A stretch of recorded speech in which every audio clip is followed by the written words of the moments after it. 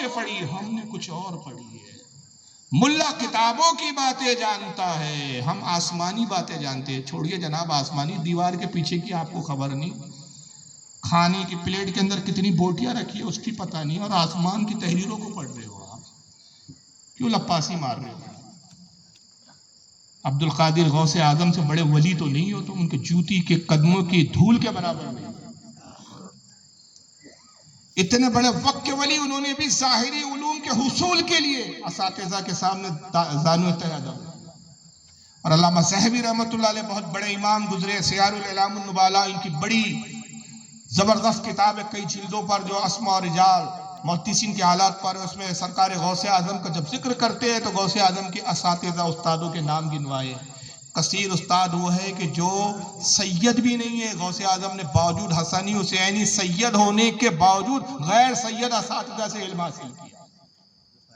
اپنے نسب کے فقر اور غرور میں ڈوب کر علم سے کوتاہی نہیں برتی۔ اور خود آپ کے پیر و مرشد حضرت ابو سعید مبارک، جو ان سے مرید بھی ہوئے، پھر استاد بھی ہے اور پیر بھی ہے، وہ بھی سید نہیں۔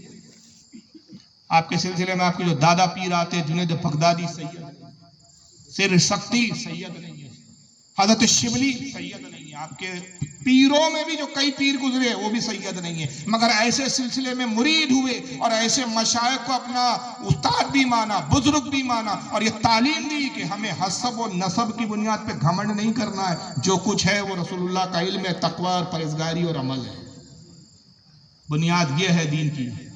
ٹھیک ہے آپ سید ہے، احترام کیا جائے گا آپ کا، لیکن آج کل یہ بھی ایک دیکھنے میں آ رہا ہے کہ ایسا لگتا ہے سید لوگ احترام کی بھیک مانگ رہے ہیں۔ بھائی ہم سید ہیں، ہمارا ادب کیوں نہیں کرتے؟ ارے آپ بھیک مت مانگیے، اپنا کردار اپنا اعمال بنا کے ایسا رکھیے کہ لوگ آپ کی ویسے ہی تعظیم کریں۔ بھیک کیوں مانگ رہے ہو آپ یار؟ ایسا لگتا ہے رو رہے ہیں، ہم سید ہیں، ہمارا احترام نہیں کرتے، ہم سید ہیں۔ ارے آپ کا کردار ٹھیک نہیں ہے بھائی صاحب، اتنے پہ ہی خوش ہو جائیے کہ اتنے بدترین کردار ہونے کے باوجود کوئی توہین نہیں کر رہا ہے۔ خدا کی قسم آپ سید نہ ہوتے تو چوٹے مارنے لائق ہوتے۔ یہ سادات ہونے نے بچا رکھا ہے کہ اتنے گمراہیت کی گگر پہ جانے کے بعد بھی آپ کی عزت ہو رہی ہے، آپ کے خلاف بولا نہیں جا رہا ہے۔ اور یہ اعلیٰ حضرت جن کو آپ سب سے بڑا دشمن سمجھتے ہو، یہ اعلیٰ کے فتوے کا کمال ہے، یہ ان کی عقیدت کا کمال ہے۔ انہوں نے ہی لکھا ہے کہ سید اگر گمراہ بھی ہو جائے تو اس کی تعظیم نہیں جاتی۔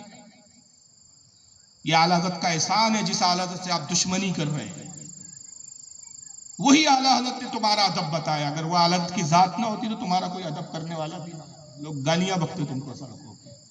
تو بھیک مت مانگیے جناب، اپنا کردار اپنا عمل خود ایسا بنا لیجئے کہ آپ کے کردار کو دیکھ کر آپ خود نہ کہیں، آپ کا کردار اخلاق عمل دیکھ کے لوگ کہیں بھائی سید تو نہیں ہے، کیسے جانا؟ بھائی ان کا کردار بتا رہا ہے کہ ایسا کردار سیدوں کا ہی ہوا کرتا ہے، ایسا عمل سیدوں کا ہی ہوا کرتا ہے، بولنے کی ضرورت ہی نہ پڑے۔ بولتے ہیں نا کہ مشک، بولتی نہیں ہے کہ میں مشک ہوں، خوشبو سے خود پہچانی جاتی ہے کہ مشک ہے، مشک بن جائیے۔ بڑا عجیب چل رہا ہے، عجیب دور سے گزر رہے ہیں ہم لوگ، کہاں کہاں کیا کیا بولے، کن چیزوں کی اصلاح کریں۔ گمراہیت پہ با سید، سب سید کی بات نہیں کر رہا ہوں، بعض ہے گمراہیت کی ڈگر پہ چل رہے ہیں، اور خوش اسی میں اعلیٰ حضرت نے کہا سید کی تعظیم نہیں جاتی۔ اگر ہم گمراہ بھی ہیں، ہمارا ادب کرو۔ ایک سید صاحب سے ہماری ناگپور میں بحث ہو گئی تھی، نام نہیں بتاتا، بہت بڑی شخصیت ہے، بہت بڑے علامہ مانے جاتے ہیں، زندہ ہے۔ میرا ان کا سامنا ہو گیا، کچھ بات پہ بحث چھڑ گئی، کہنے لگے کہ صاحب ہم سید ہیں، لوگ ہمارا احترام نہیں کرتے۔ فتح رضویہ کھولی کارے کو اعلیٰ حضرت نے لکھا ہے نا صاحب، سید اگر گمراہ بھی ہو جائے اور اس کی اگر بد مذہبیت حد کفر تک نہ ہو تب بھی اس کی تعظیم کرنا ہے۔ تو اعلیٰ حضرت نے لکھا ہے، اچھا یہی اعلیٰ حضرت یاد آتے ان کو، باقی معاملوں میں نہیں آتے۔ دو ہی موقع پہ آج کل اعلیٰ حضرت یاد آ رہے بہت سارے سادات کو۔ کچھ سادات کی بات کر رہا ہوں ویسا بری، ورنہ بہت سے سادات تو وہ ہے کہ اعلیٰ حضرت کا ادب کرتے ہیں، محبت کرتے ہیں۔ خود اعلیٰ حضرت کے پیر و مرشد، ان کے تو محبت کا یہ عالم تھا، وہ خود فرماتے ہیں کہ بروز قیامت مجھ سے اللہ پوچھے اے شاہ رسول تو میرے لیے کیا لایا دنیا سے، تو میں احمد رضا کو پیش کر دوں، پروردگار یہ لایا۔ یہ محبت کا اظہار ہے۔ تو کہنے لگے کہ اعلیٰ حضرت، دو ہی موقع میں اعلیٰ یاد آتے، ایک تو یہاں آتے ہیں صاحب کہ اعلیٰ حضرت نے فتویٰ دیا، دوسرا وہ ایک شعر، تیری نسل پاک میں ہے بچہ بچہ نور کا، تو ہے عین نور، تیرا سارا گھرانہ نور کا۔ باقی پھر کئی اعلیٰ حضرت نہیں چلتے ان کو۔ یہ سب سے بڑے دشمن اعلیٰ حضرت کے. ہم مسلک اعلیٰ حضرت نہیں مانتے، ہم یہ نہیں مانتے، ہم وہ نہیں مانتے. ارے بھائی آپ سے منوا بھی کون رہا ہے بھیا؟ آپ کی مرضی، مانو مت مانو. جو مانے گا وہ خوش بخت ہے، جو نہیں مانے گا وہ بدبخت ہے. نصیبے کی بات ہے.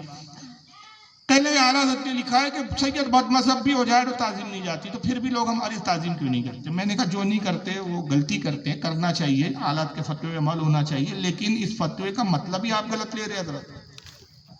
اعلیٰ حضرت نے یہ ضرور لکھا ہے کہ سید گمراہ بھی ہو جائے تو تعظیم نہیں جاتی.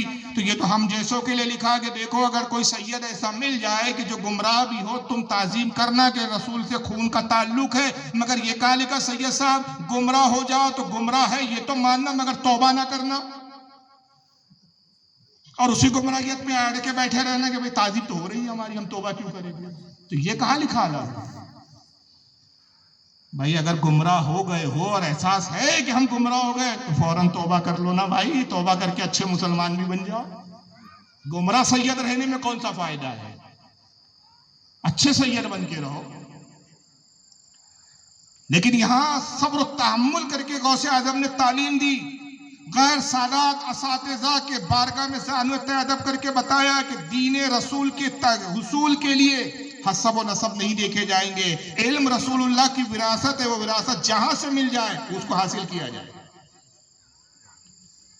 وہاں یہ نہیں تھا کہ صاحب ہم تو پڑھے ہوئے ہیں، ہم در والے ہیں، تم گھر والے ہو. یہ بھی چل رہا ہے. گھر والے در والے کہاں سے لفظ لا رہے، پتہ نہیں کون سی کھوپڑی میں آ رہے. اور در والے ہم گھر والے. غوث پاک نے در والوں سے علم حاصل کیا. در والوں سے علم حاصل کرنے کے لیے گھر والوں کو چھوڑ کر آئے.